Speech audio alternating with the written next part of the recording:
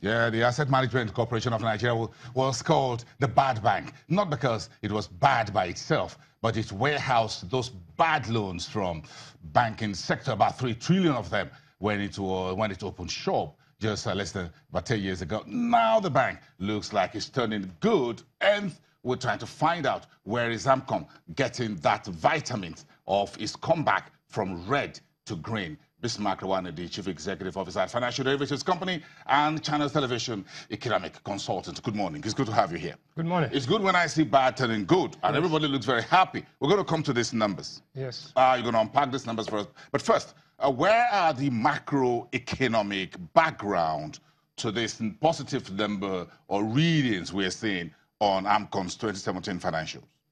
Yeah, first and foremost, you must understand that the reason why you have a bad bank anyway is because the economy is in bad shape. So in 2008, 2009, you had the Toxic Asset Relief Program in the United States, and you had all the other programs when there was a global recession and financial crisis. Now, what has happened is that in those countries, you can see that gradually as those economies recovered and the growth became robust, the bad banks there became good banks. So what has happened in Nigeria? In 2008, 2009, 2010, we set up our own bad bank called AMCON. Bad bank for good guys. So we now had this, AMCON going through, but then we had a double dip. That is, after the global recession, we had our own recession. So rather than going upwards, we came downwards. So you'll find that AMCON's fortunes are inextricably tied to the fortunes of the economy. So when the economy is doing well, AMCON does well. When the economy is doing bad, AMCON even does worse. So if you look at 2017, the year in question, it was a year of two halves. The first quarter, negative growth. Second quarter, we introduced the IE window, and the economy came out slightly. And as you see, as we go along, you'll find that AMCON's recovery has been consistent with economic recovery. In some cases, even better. How did AMCON turn the corner in 2017? And some of the financials are just coming through now in terms of the highlights. First thing was that the accounting convention in which the resolution funds and what the banks paid as a levy was not captured as income in the past. But the accounting convention now allows that to happen. So we had to restate the income. So that's 0.25 or thereabout. Absolutely, across the industry. But because the banking profitability was not growing as fast, we saw that the contributions were actually not growing in that proportion. So what we've seen now is that you'll find that gross earnings were up 22.6%, while the entire industry itself grew by 22%. That is the banking industry. So AMCON outperformed the banking industry. Total operating income was up 1,568%. That is because of what I just said, restating the income and adjusting for previous years. The net revenue from funds was flat, and net operating income actually went up by 236%. That's turning from a negative. From negative minus 15. Yes, minus 15 to a plus of 21. And total assets actually declined. So when you take a return on asset, which is an efficiency test, AMCON actually did better. So that particular figure on total assets, even though it's in red, is actually positive. Yeah, that's what it means, because I just asterisk that here. It's a positive thing because when you sold Keystone and all those, your total assets reduced. But you sold into a market without actually destabilizing that market, which is another thing we're going to talk about. So in all, earnings are up, generated over 1.24 trillion over the last 4 years, which is about 600 billion a year, and lower revenue from aviation, which is ARIC, Aero and others, and also from banking fees and commissions. But you must understand that we're operating in a high interest rate environment. If AMCON was relying on markets to fund its activity, then AMCON would have been in deep trouble. So the central bank supported AMCON with a fixed 6% per annum rate on the 4-point-something trillion naira of assets there. So that helps to bring some stability. Okay. That's very interesting. But it's Nigerian AMCON turning the corner. I want to look at some of the facts in terms of, and that brings us to AMCON turning the corner in terms of the sinking funds, those divestment from Keystone, for example. What other issues do we have over the last 12 months or thereabout turning the bad bank to a good bank? Well, first thing was that we have to look at operating expenses.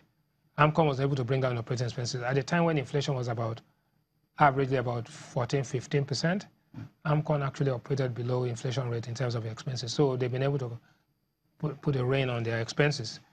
In spite of the fact that they relocated most of the people from Lagos to Abuja, which also increased expenses, but generally they've had a pretty hands-on approach to expenses.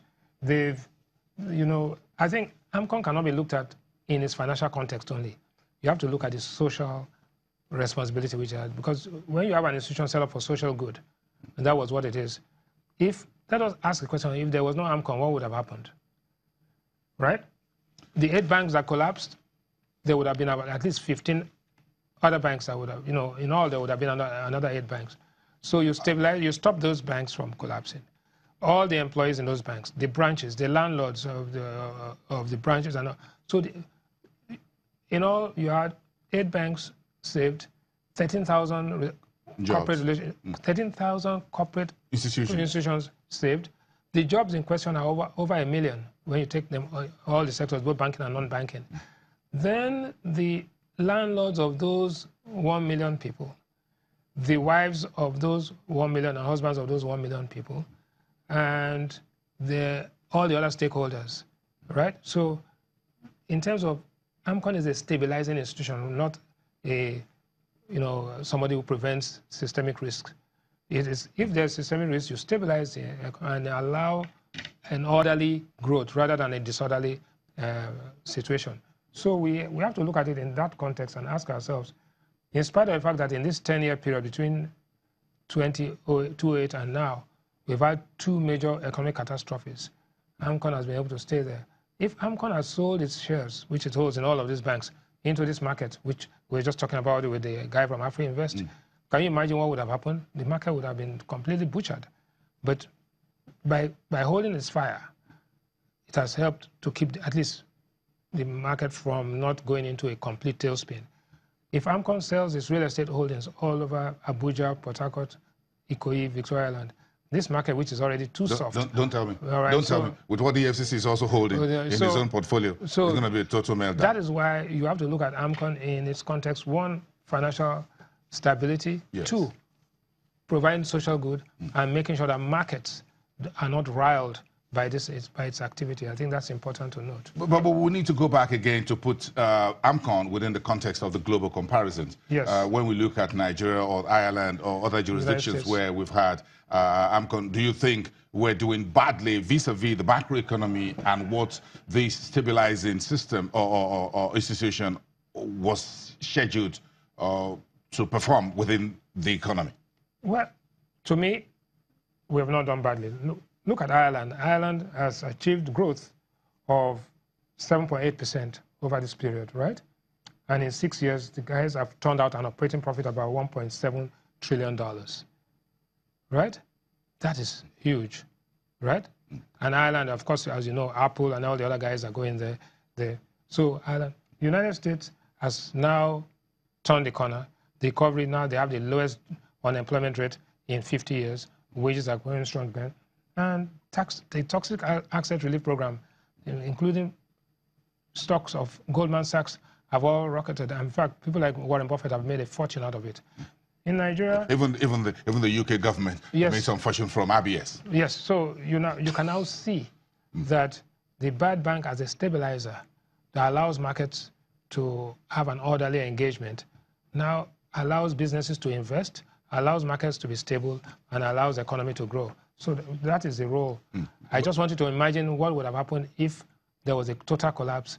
Then the economic recovery we are talking about, even this fragile recovery, will not even take place. So despite, if you go back to Nigeria and this cross-border comparison, even Nigerians with a much lower GDP than the US and Ireland will still manage to put our heads above water. And now the probability that there'll be a profit.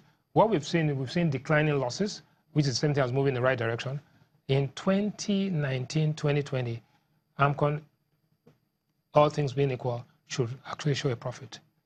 And if the stock market can recover, and don't ask me when, if it can recover soon, then AMCON will be able to sell into some strength there and make some profits because the carrying cost of this asset is quite high.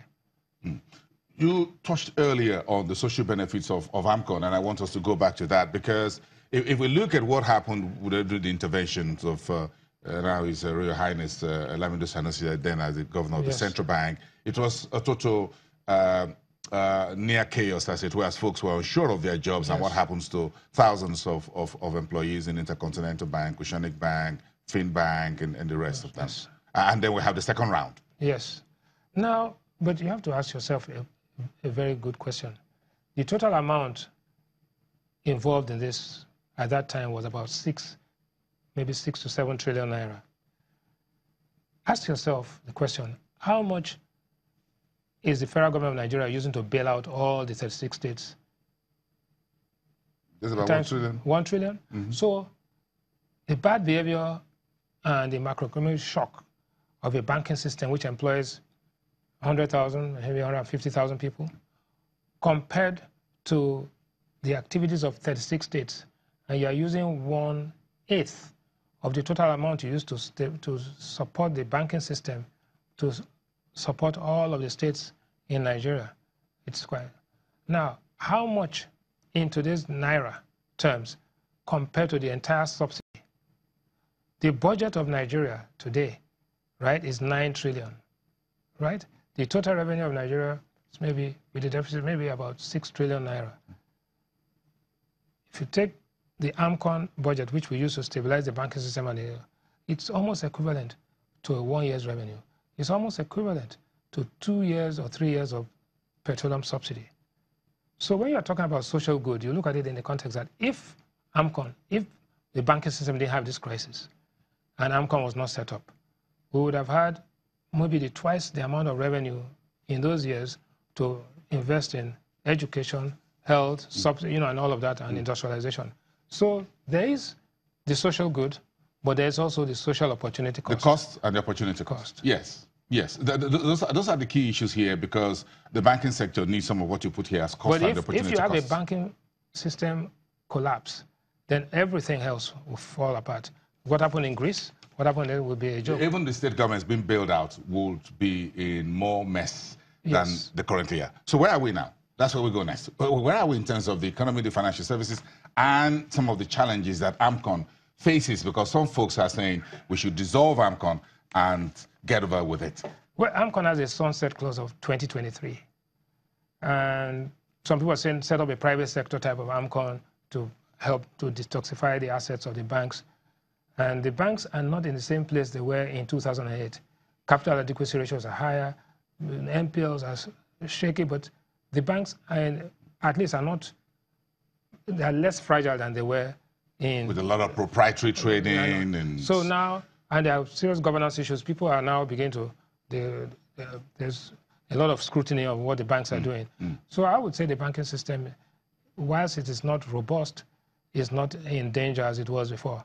Therefore, but at the same time, was AMCON set up just to clear a particular problem and go away? I don't agree. I think that we need to institutionalize the stabilization function so that an institution like AMCON can go to AMCON 2.0, where they can now to buy assets. Because if you have a private sector alternative, the guys are not caring about social good. They are just going out there for the money, right? And so this is a social good project. And therefore, I still believe that the government has to have it, because if everything fails, the private sector guy will wind up his suitcase and briefcase and go away. The government cannot wind up and go away. So we need to give it that. So I don't agree that sunset clause or 2023 should be cast in stone. No, I think we can always review that. Secondly, I think AMCON has stopped buying assets for the past 2-3 years. It's time to fund them now to probably go back in and buy those assets. In just a minute, the future of AMCON tied to the future of the Nigeria economy, at least as this administration moves towards this first sunset in 2019 and perhaps another 4 years. Yes. Well, here's the economy. The economy actually projected to grow at 2.1% in 2018 and then slower in 2019 at about 1.7%. The economy has some structural deficiencies which have not been addressed. To address those structural deficiencies, they are not politically palatable. So you've got to put those things off the table until next year. Things like subsidy, things like currency convertibility, and things like the minimum wage, which has to be addressed. So the government can only do so much. The big thing to do is how to mobilize domestic investment, and how to actually attract international investment. That is a critical issue. And that's not going to be happening soon, because you must take those very, very difficult decisions, which cannot be taken in 9 months to an election. There's a big problem about interest rates, but that's a topic for another day. Thank you very much. A topic for another day. Yes. From Bismarck Rewane, the CEO at Financial Derivatives Company and Channels Television Economic Consultant. Talk about structural transformation. Andrew Nevin from PwC Nigeria, a partner and chief economist, is coming in next.